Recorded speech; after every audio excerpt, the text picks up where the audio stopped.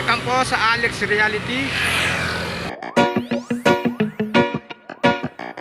Dito nga sa video ito mga ka-reality, no, hindi porket tayo ay mahirap, hindi na tayo gagawa ng para tayo ay mabuhay. Kaya ay ng ginagawa ni Kuya Ray, nagsisikap siya para sa kanyang pamilya. Kaya hindi hadlang yung kahirapan, no.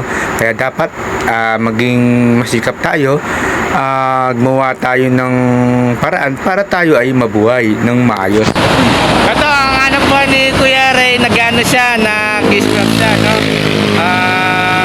Marangal naman hanap po ito kaysa kumuha ng hindi tama. Pero kita nyo naman, isikap si Kuya para sa pamilya, di ba Kuya Ray? Para sa pamilya, di ba? Ito ang nakukuha niya, mga scratas mintan. So sinusunog ni Kuya para maibenta niya.